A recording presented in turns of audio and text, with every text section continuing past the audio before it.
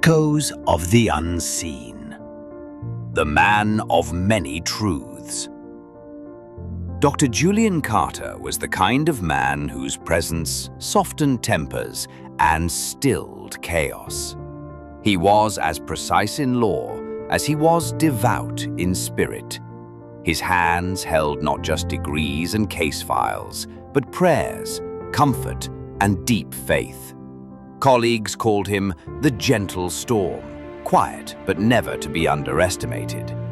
He had married Dr. Elena Carter, a woman who, to the outside world, was an embodiment of success and godliness. Her social media pages were flooded with motivational sermons, scriptures, and curated images of a perfect family. The two of them, a legal power couple turned spiritual leaders, were admired and envied alike. But admiration is often blind to silence, and silence is where evil plants its seed. Elena isolated Julian bit by bit, not with harshness, but with sanctified manipulation. Family can be a distraction from divine purpose, she often told him. She slowly convinced him that his siblings were envious, that his elderly mother was a spiritual threat. "They're trying to pull you down, love. Trust only me," she would whisper, her hands on his chest as he sat in prayer. And he believed her. His phone calls became fewer. His family visits stopped. His laughter, which once echoed like a hymn, became muffled. He was always seen but never reachable. Those who questioned the change were met with a smile from Elena, a Facebook post, or silence. Years passed. Then came the announcement. Twins! A miracle after 18 years of marriage. Elena's social pages exploded with congratulations. Photos appeared. Elena, radiant, holding newborns swaddled in pastel blankets. But something felt off. To those who knew her closely, she had not appeared pregnant. There had been no baby shower, no doctor visits, no swelling feet or cravings, just two babies suddenly. Still, who questions miracles? She named them Elias and Evelyn, children of the promise. Her followers ate it up. And Julian? Strangely quiet. Not a post, not a picture. Only Elena's words filled the air. But the babies, they were shadows. Photoshopped, manipulated, and carefully curated to maintain a facade. There were no birth certificates, no clinic checkups, no cries in the night, just images of a lie. On the night of June 1st, the neighbors heard nothing. No shouts, no panic, only silence and a generator hum. Inside that house, Julian was either sedated, unconscious, or already gone. Elena told their teenage son Lucas, "Daddy's not feeling well. Let him rest." By morning, she woke the boy with a chilling calmness. "Your father is dead," she said like it was a weather update.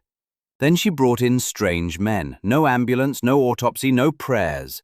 The body of a man loved by many was rushed out and buried in a distant, unmarked grave on June 3rd, 3 days before his own mother's burial on June 6th.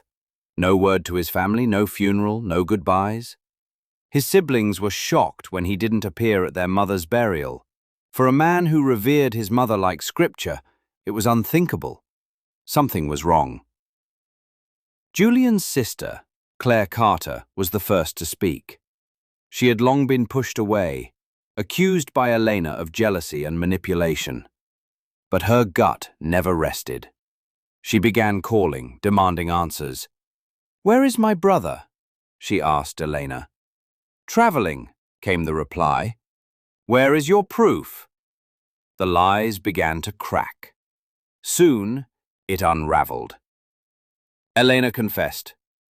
"He's dead," she whispered over the phone, voice trembling under the weight of scrutiny. There had been no twins, no accident, no loving farewell, just a premeditated, cold-blooded erasure. The police were called, interrogations began, and as the truth unfolded, Even the walls of the Carter home seemed to scream. Elena was arrested. When questioned, she gave fragmented stories. One minute it was poison, the next sickness. At another moment she claimed spiritual attack. But the investigators found no medical history, no hospital record, no sign of illness. Only one conclusion echoed through the case files: foul play. Forensic inquiries were launched, digital footprints analyzed, her fabricated credentials, the doctor, the attorney, all false. Elena had never passed the bar, never had a medical license. Even her title as Reverend came from a self-started, unregistered ministry. Everything she was crafted, except the crime. Young Lucas was caught in the fog between truth and trauma. He remembered his father's quiet groans the night before he died. He remembered his mother locking the door. He remembered being told to stay in his room and pray. He also remembered the absence of tears from his mother when she said his father was gone. And he remembered the strangers who came to take the body before dawn. He was the quiet witness, the broken heart, the one left behind to carry a memory soaked in blood and betrayal. The case became national news, the man of law killed by the woman of lies. What shocked people most wasn't just the crime, but the methodical deception. The photoshopped babies, the lies about an accident, the falsified academic credentials, the isolation of a man so revered. It was horror in holy robes, madness in makeup and modesty. The court ordered Elena to be held without bail. The body was exhumed, evidence mounted. But justice, like healing, takes time. Claire sat at her brother's reburial, tears soaking her blouse. "My brother was not a fool," she said, addressing the small crowd. "He was a man of deep trust, and that trust was his downfall." She stared at the new coffin, properly laid, now surrounded by family, not silence. He died believing she loved him. He died believing he was a father to children that never existed. Mourners wept openly. "I don't want revenge," she said, voice shaking. "I want truth. I want healing. And I want people to know that evil often wears the face of righteousness." In the days after, something shifted. Julian's old sermons resurfaced, clips where he spoke about discernment, forgiveness, and the danger of hidden wolves in holy clothing. One particular quote became viral: "Love is not blind.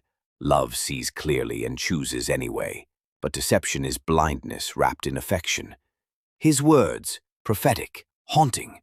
Lucas, now under the care of his aunt, began therapy. He spoke less, but smiled more.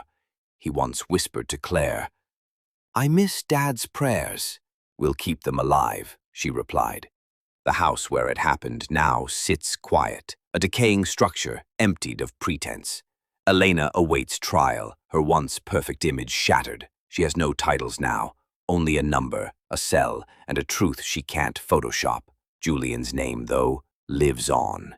In courtrooms that seek justice, in churches that now warn against spiritual manipulation, and in a son who carries not just his father's name, but his grace.